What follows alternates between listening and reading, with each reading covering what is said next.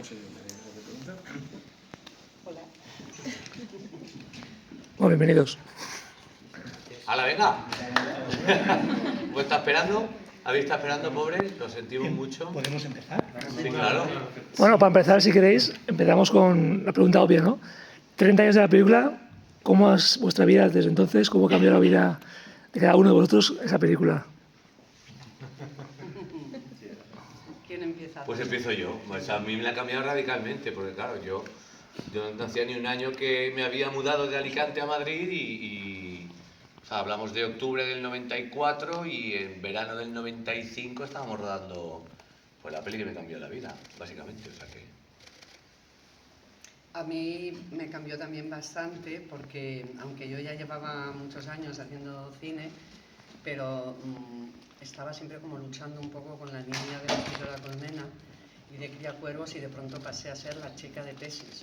Entonces ya, para mí también, y como actriz, que ya mi trabajo de referencia fuera un trabajo ya de adulta, que ya no era de una niña de 6 años, pues era para mí muy importante y cambió mucho mi carrera también, porque bueno, con el éxito de la película, pues yo creo que a todos nos cambió para bien.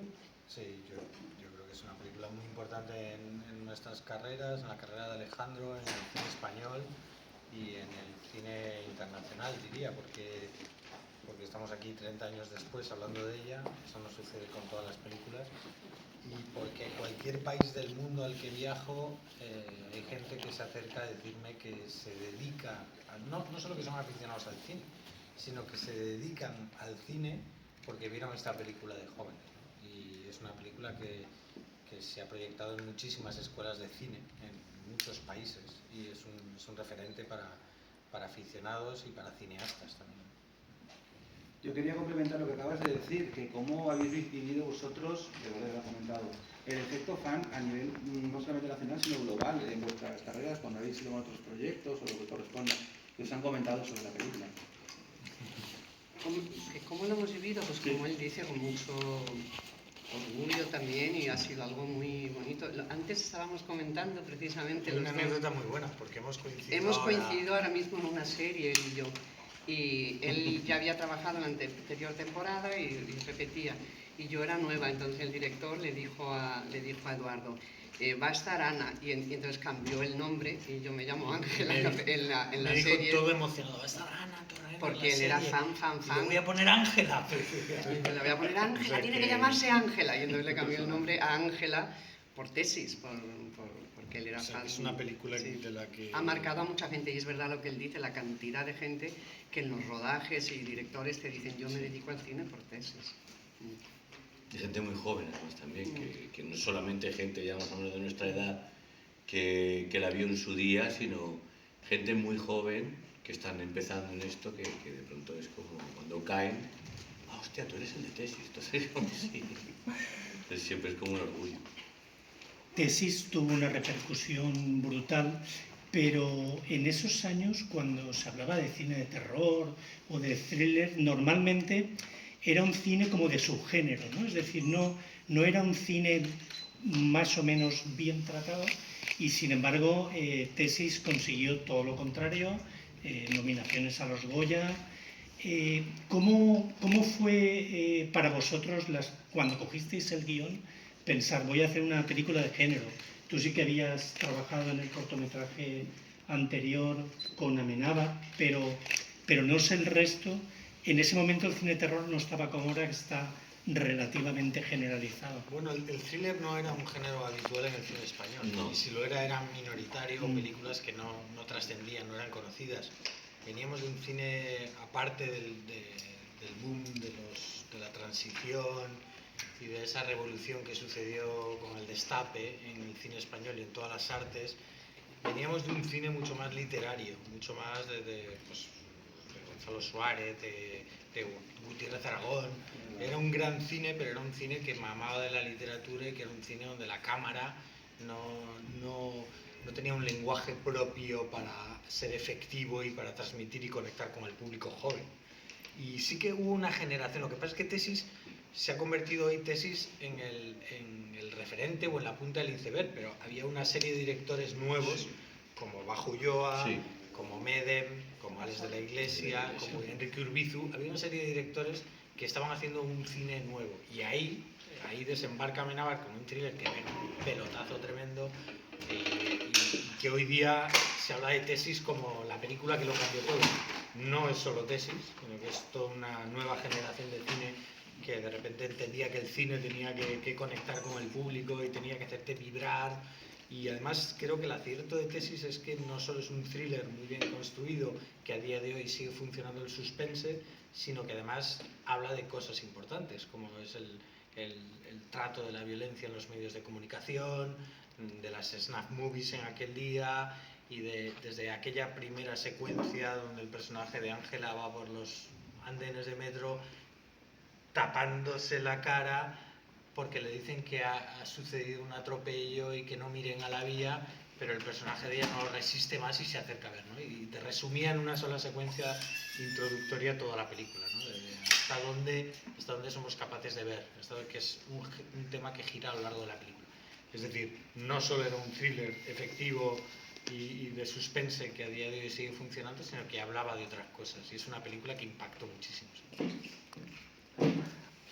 Como bien dices, trata sobre la violencia visual hace 30 años. Y hoy que estamos en el contexto de las redes sociales, el consumo inmediato de imágenes, ¿creéis que es más actual que nunca, Tesis?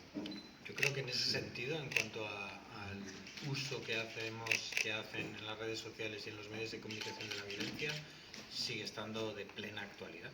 Totalmente, totalmente.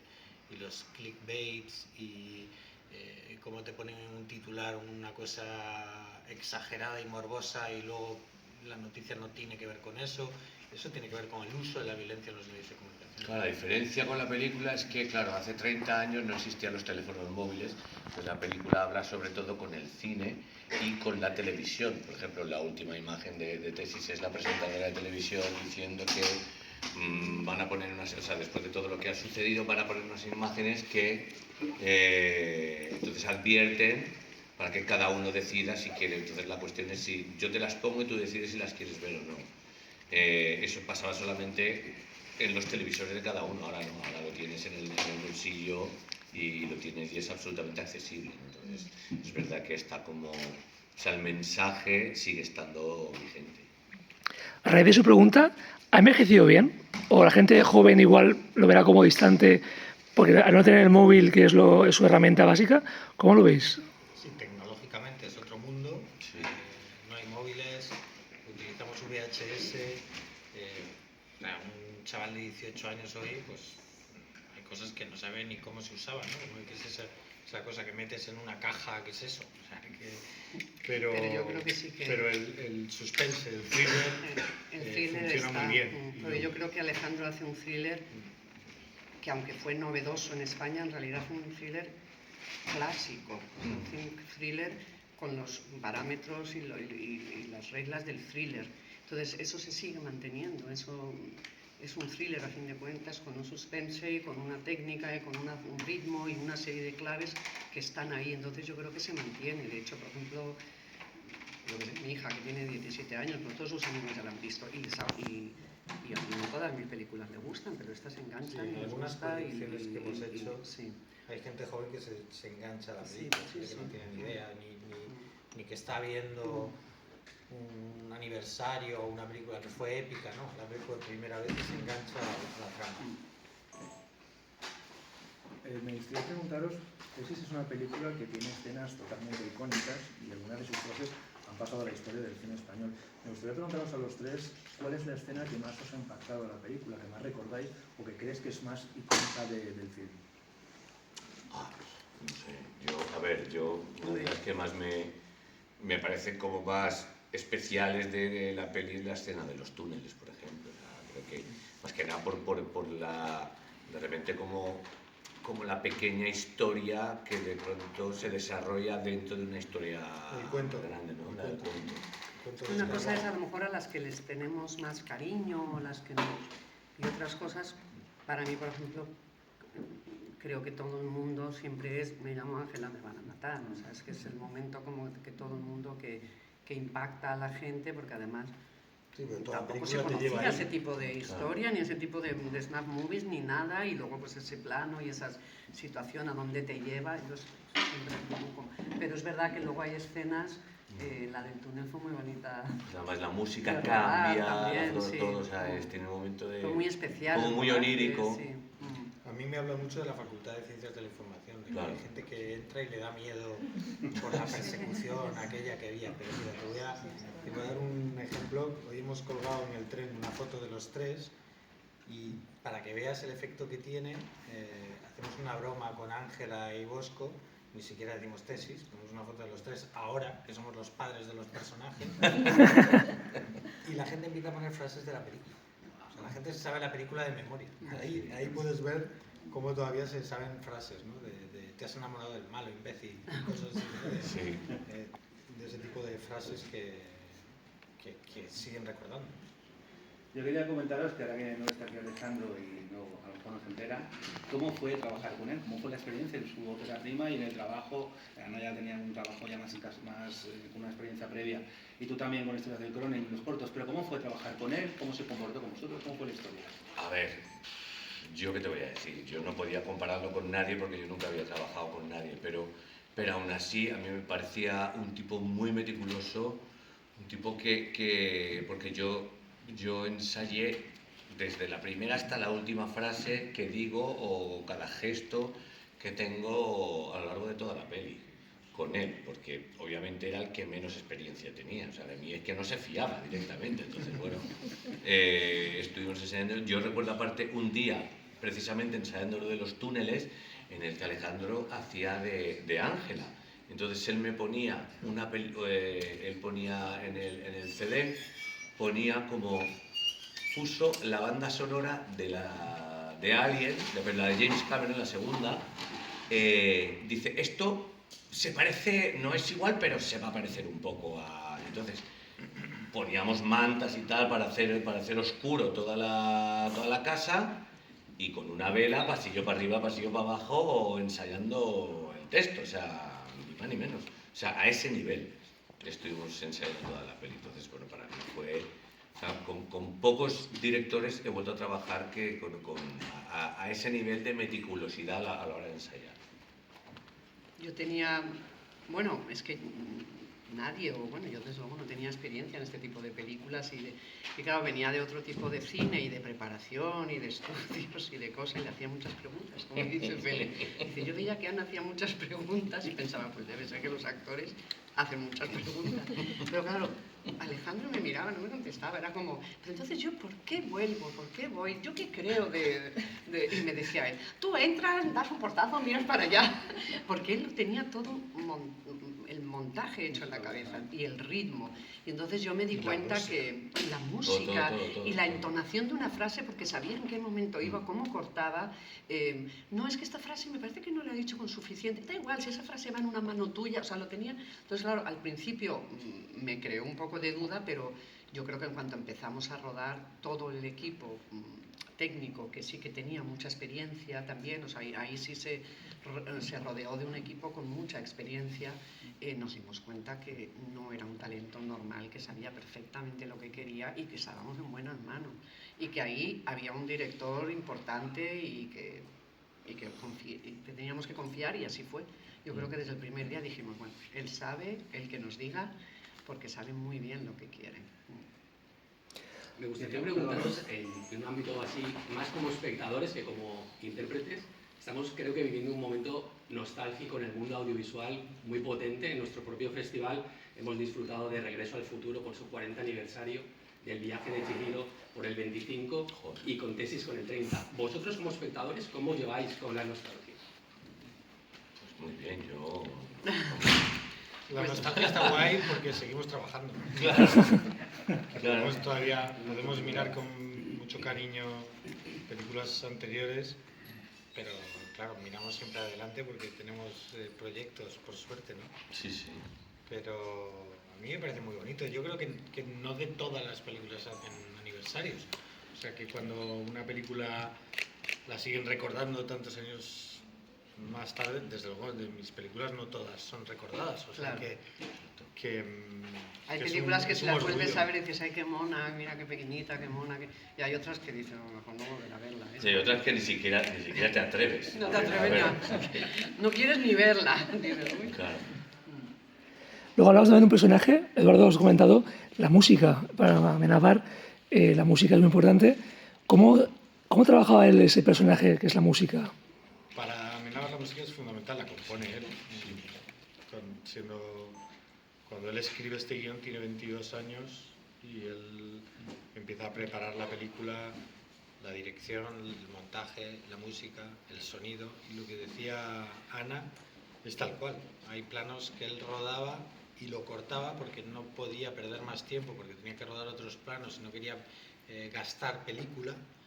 Y porque él tenía claro que ese plano, cuando la panorámica estaba aquí, ahí iba a cortar con otro plano. Y además entraba la música en ese momento y además había un efecto de sonido. Y si tú decías, pero esta frase dice, no te preocupes, ahí entra la música. Entonces tú dímela para que yo... Entonces, claro, te daba unas notas que no son de director, de actores, era director técnico, porque te estaba diciendo, pero que te daba una idea de cómo tenía pensada la película, ¿no? Yo siempre pongo como ejemplo a Xavier Elorriaga, que tenía más años que nosotros de experiencia de los que nosotros teníamos de vida, y Xavier Elorriaga, que era el profesor y está hablando con los alumnos, en un momento determinado él decía, ¿qué es el cine? Y decía, corten. Y se acercaba a Alejandro y le dice, Xavier, esta frase dímela con más empaque. Y Xavier se quedó con más empaque. ¿Qué es el cine? Y no, corten. No, Javier, esta frase quiero que me la digas hacia abajo, quiero que me digas ¿qué es el cine?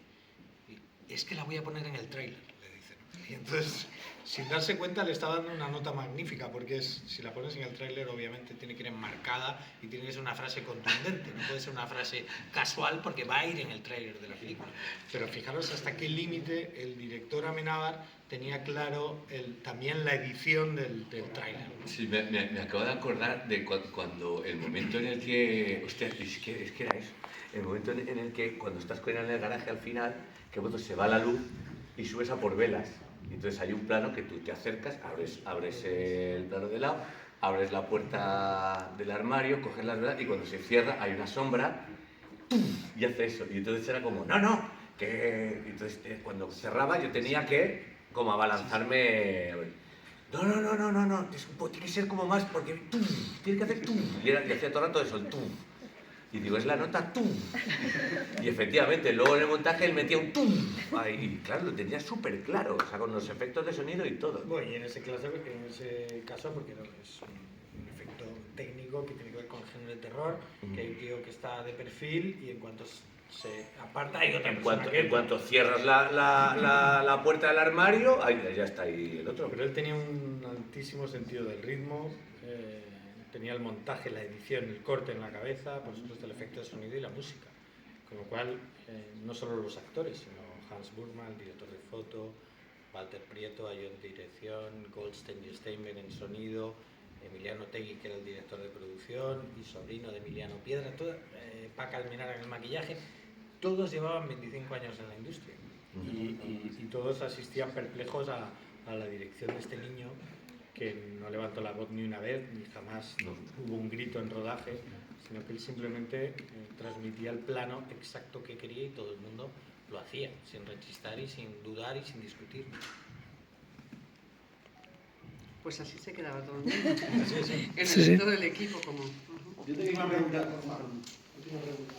yo te quería preguntar a ti, Eduardo, que hubo un actor, William Smith, que hizo un papel de Falconetti en los 80, que fue muy fuerte porque le marcó de por vida el hecho de ser el malo, malísimo. Toda la gente lo odiaba, la gente le entregaba en la calle. ¿A ti te llegases a plantear si el personaje de Bosco te iba a afectar a nivel profesional por ser un malo tan re malo? ¿Te lo haces a plantear o no? No, cuando eres joven al revés, tú lo que quieres es ojalá me llegue un personaje que marque y que trascienda, ¿no? Porque eso de miedo a encasillarte es imposible que lo tengas cuando estás empezando. Lo que quieres es trabajar y lo que quieres es hacer papeles que sean míticos, ¿no? Y de verdad que para mí no fue si bien la película se ha convertido ahora en un referente, en la época fue una cosa bastante discreta para mí, ¿no? El foco lo tenía Ana, lo tenía Fele, lo tenía Alejandro Amenábar, por supuesto, es como que... No, totalmente. Sí, pero yo no sentía que no podía salir a la calle, ni mucho menos, no, yo no sentía eso para nada. Yo creo que con el tiempo, gente que me ha dicho que lo que significaba y que me tenía en su carpeta y que yo puse a mi hijo Bosco, digo, pero que Bosco era un asesino. Con el tiempo digo, joder, yo no me daba cuenta de esto en el momento, de que realmente a la gente le había afectado tanto la película.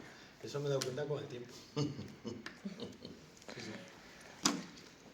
Pues, gracias.